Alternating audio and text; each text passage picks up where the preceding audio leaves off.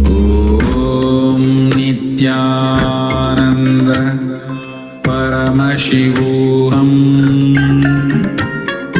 Om Nityananda Paramashivoham. Om Nityananda Paramashivoham. Om Nityananda Paramashivoham. Om Nityananda Paramashivoham. Om Nityananda Paramashivoham. Om Nityananda Paramashivoham. Om Nityananda Paramashivoham. Om Nityananda Paramashivoham. Om Nityananda. Yes, now please go ahead and share your power manifestation experience of levitation in the chat.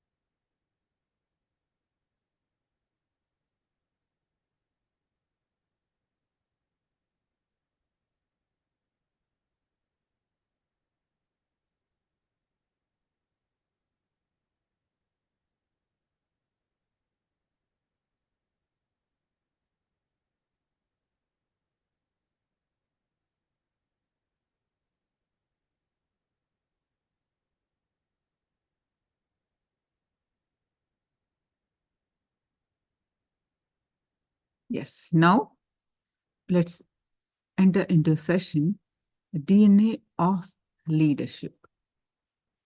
Whatever we need to experience, we need to take the responsibility like a leader. When you become a leader of your life, you experience Paramashivoham. When you take responsibility for your life, you do anything to experience that state, space, and powers of Paramashiva. DNA of being a leader awakens in you when you take responsibility. Responsibility is the software for leaders' inner space. Responsibility makes you experience the choice of your reality. A responsible leader. Responsibility is living and responding. That means thinking, feeling, acting, cognizing to life from the truth that you are the source of everything. Therefore, you are responsible for all happenings inside you and around you. For example, a person with eye is responsible to give vision to a blind person.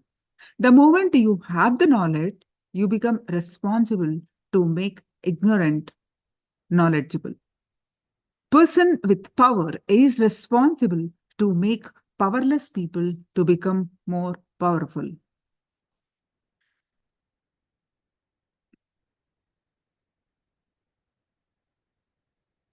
If you are wealthy, you become responsible to make the poor wealthy. It does not mean you distribute your wealth, but take responsibility of educating them and making them rich. Anything you own, you become responsible to share it, make it grow.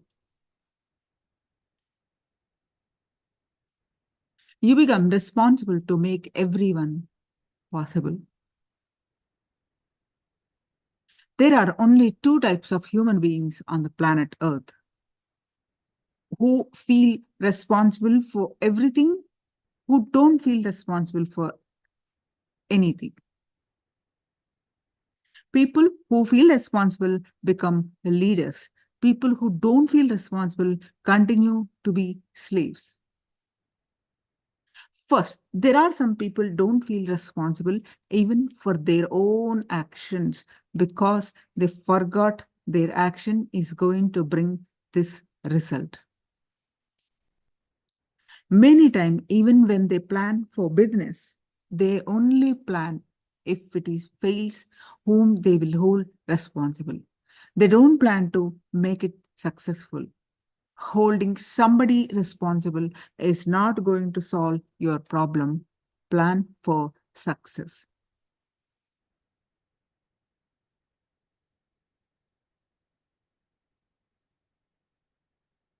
They don't plan to make it successful.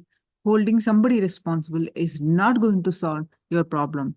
Plan for success. People who don't take responsibility even for their own action remain slave forever. Second, there are few people who take responsibility for their actions. People who take responsibility for their action and live as human beings. A middle class life: one house, one car, one wife, and two kids. A middle class life. Life lived as mediocre, middle level is not going to be fulfilling. There is another one class: people who take responsibility even for other actions. When you take responsibility even for others' actions, others' responsibility, you become a leader. Even if you are not a reason for certain happening, if it is affecting you, only if you take the responsibility, you will solve it.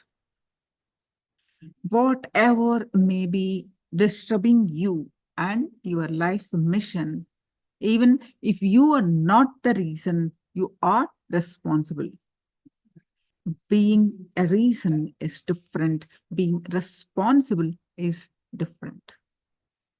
Many times, even if you are not directly the reason, only when you take the responsibility, it is solved. Work not done plus valid reason is not equivalent to work done. Work done is only equivalent to work done. Anything else is not equivalent to work done. And leaders are created with a DNA of responsibility. Responsibility is the software for a leader's inner space. If an egg is broken from outside, a life is destroyed. If it is end of the life, life is killed. If the egg is broken from inside, life is happening and life starts.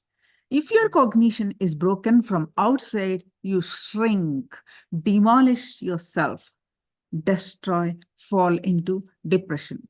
If it happens, if you are responsible, you stand with responsibility. Egg breaks from inside, life starts. Not only take responsibility for your actions, take responsibility for everything which affects your life, even if it is others' actions. Only when you feel, only when you decide you are responsible, you will even look into the direction of solving the problem. Only then you will solve the problem. Example, if you are receiving 10,000 rupees salary from your office, you think, oh, for 10,000, I am taking already enough responsibility. Why should I take more responsibility when they are paying only 10,000 rupees to me? Taking responsibility is the first going to help you to live an expanded life. It is not the favor you are doing for your boss. First thing you need to understand is the 10,000 which is paid not equivalent to you and your service. Second, by you not taking the responsibility, you are not destroying your boss's possibility. You are destroying your possibility.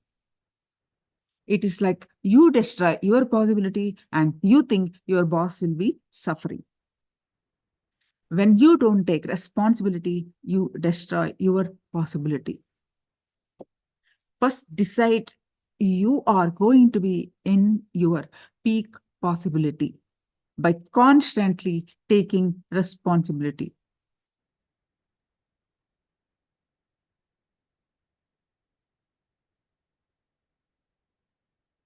Taking responsibility is the right mental setup. It is not that you are doing some favor to somebody by taking responsibility. By taking responsibility, you are doing favor to yourself. It is the greatest favor you do to you. When you break that pattern, why should I take the responsibility? Your life starts. It is the greatest favor you do to you. When you break that pattern, why should I take the responsibility? Your life started. Unless the cognitive shift happens in you, I am responsible for everything, nothing is possible. Person who does not feel he is responsible for anything lives as slave. Person who feels responsible for the whole world becomes a sannyasi. When you feel responsible, your mind will be already healed. Body will be ready to be healed. Even the society will change its attitude towards you. The people with whom you live, they will change their attitude towards you.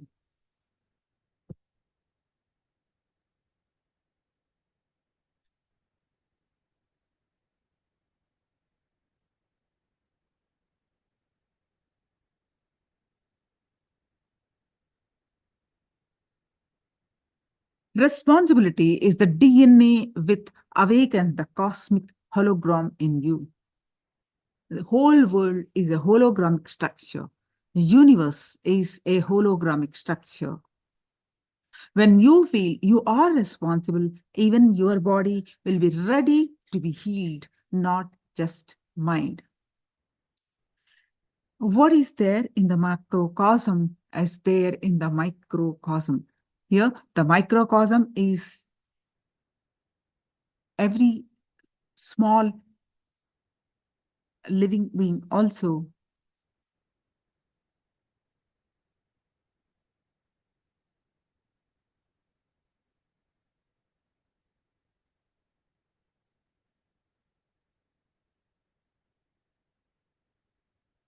Have you seen hologram? What is the largest picture?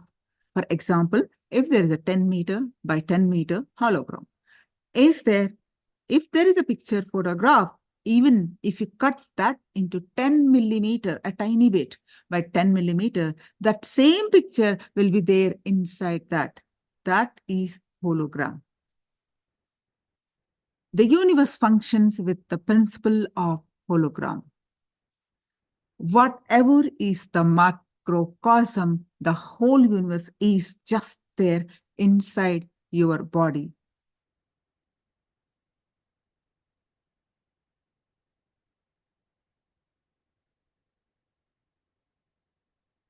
If you dissect, go on small atom, the Brahmanda will be there in that Pindanda. Whatever is there in the Pindanda, that means the microcosm is there in the Brahmanda, the macrocosm. Cosmos functions with the principle of hologram. Responsibility is the DNA which awakens the cosmic hologram in you. Macrocosmic hologram is microcosmic body. If you want to experience the macrocosmic hologram in the microcosm, awaken responsibility. When you feel responsible, your whole life changes. Macrocosm and microcosm is just mirroring each other's possibility. When you feel the responsibility for existence, you become existence, and existence feels responsible for you.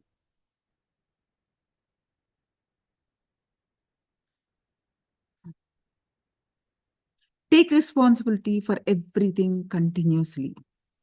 When you feel the responsibility for existence, you become existent, and existence feels responsible for you.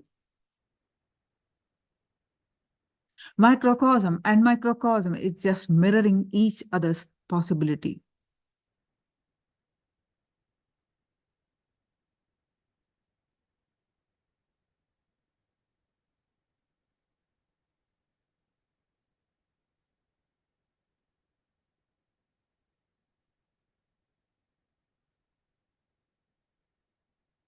If you want to experience the macrocosmic hologram, in the microcosm, awaken responsibility. Responsibility is the DNA which awakens the cosmic hologram in you. Macrocosmic hologram in microcosmic body. If you want to experience the macrocosmic hologram in the microcosm, awaken responsibility. When you feel responsible, your whole life changes. Macrocosm and microcosm is just mirroring each other's possibility. When you feel responsibility for existence, you become existence, and existence feels responsible for you. Taking responsibility for everything continuously.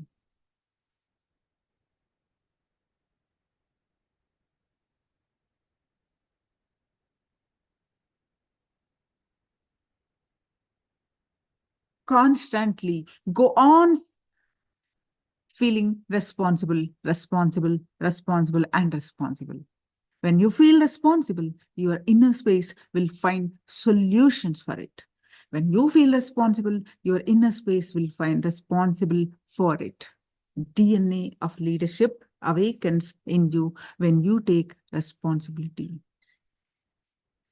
Responsibility makes your ordinary desire to the ultimate space of desirelessness as reality in your life.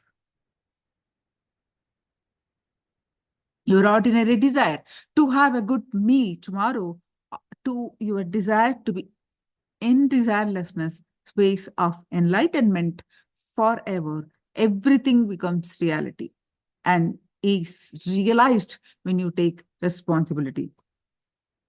Responsibility is not a cognitive shift.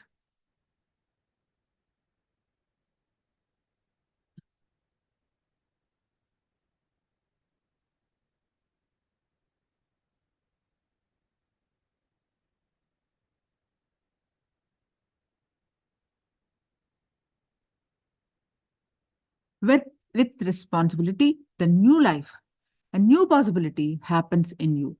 New being happens to you. With everything, you become new person. Responsibility is a universal value as an individual for you to flourish in your life, or a family to be stable family, or as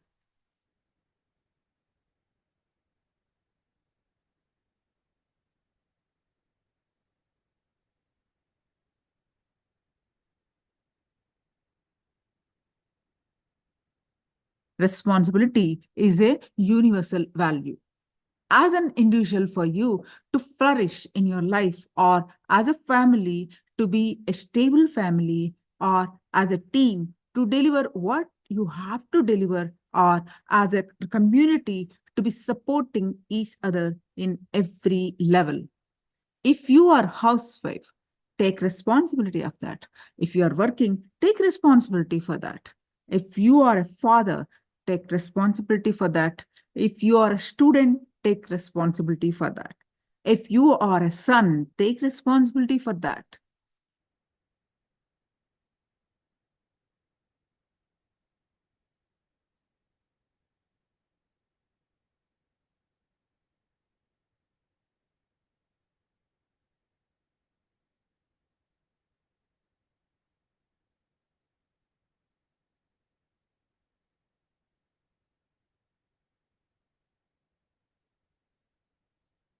Whatever dimensions you have in your life, take responsibility for everything.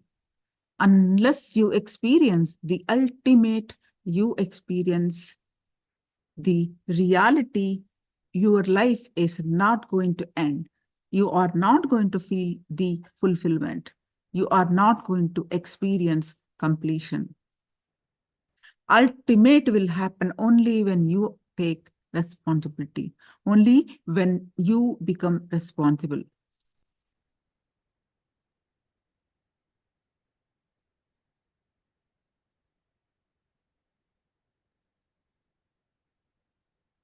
When you take responsibility, everything in your life will start happening as you want. You will create the reality of your choice.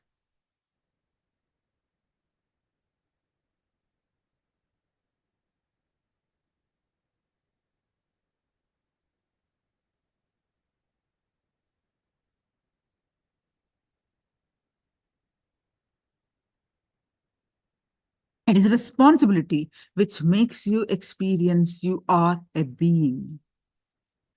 Only responsibility makes you experience you are possibility. Responsibility makes you experience everything you want in your life. Responsibility makes you experience the highest possibility. Responsibility makes you experience the highest reality. Responsibility makes you experience the choice of your reality. So it is responsibility which makes you experience you are a being. Ultimate will happen only when you take responsibility, only when you become responsible. When you feel responsible, your inner space will find solution for it.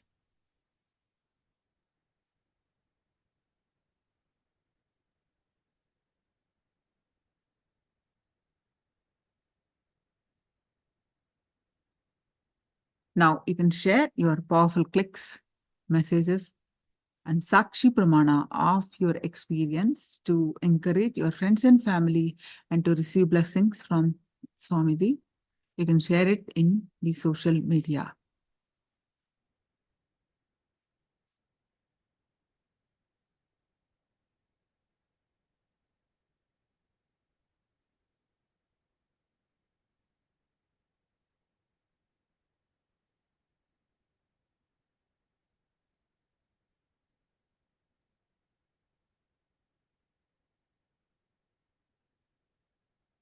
Yes, now let's move on to take a couple of minutes and share it, your understanding. And let's move on to power manifestation before the darshan preparation starts.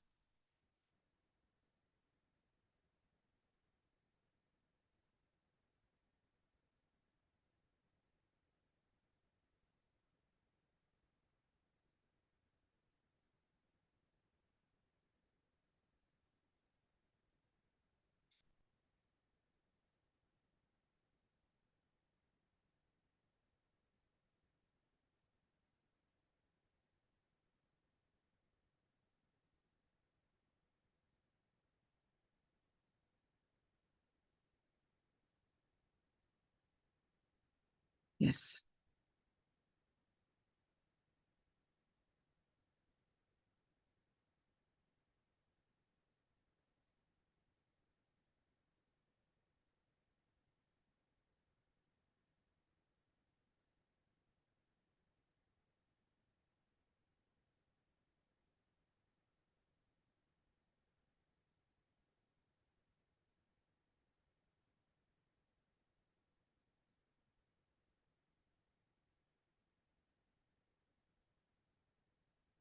Yes. Now,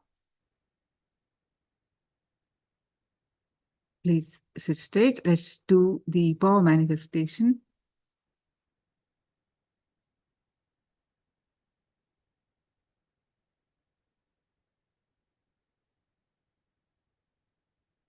Of levitation. So please sit straight with your head, neck, back, straight line. Your sit in Padmasana or cross-legged. Your hands in Samana Mudra in your lap, and with your head, neck, back, straight line. Now visualize Swamiji's form in your third eye. Any thoughts that are coming, just unclutch.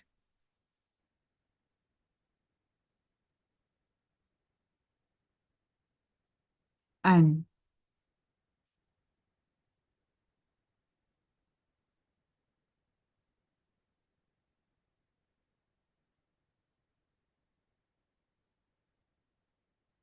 bring your attention back to your third eye again and again and again. And now start chanting the Mahavakya. Om Nityananda Paramashivoham. Start chanting the Mahavakya and experience the space of oneness. With that space of oneness, declare to levitate, lift off the ground, and manifest the power of levitation.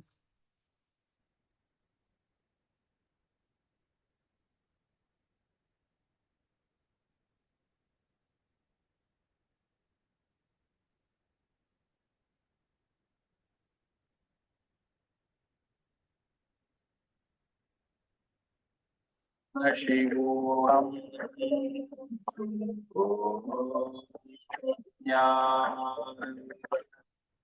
Paramashivoham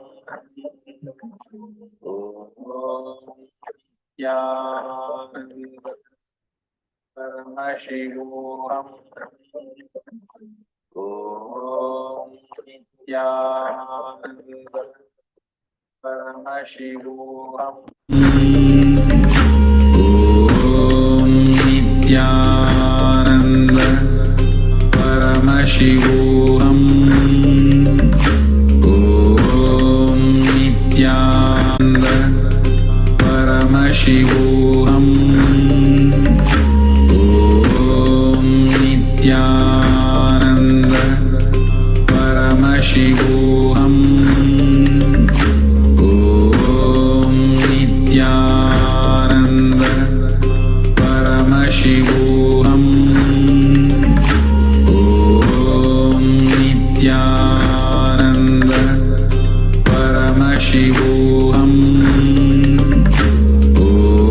Om Nityananda Paramashivoham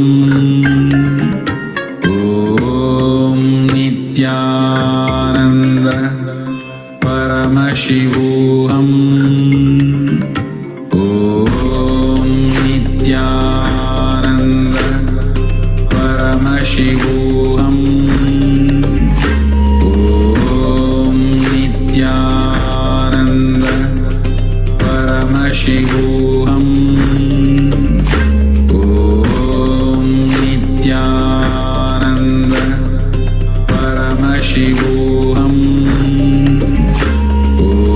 Om Nityananda Paramashivoham Om Nityananda Paramashivoham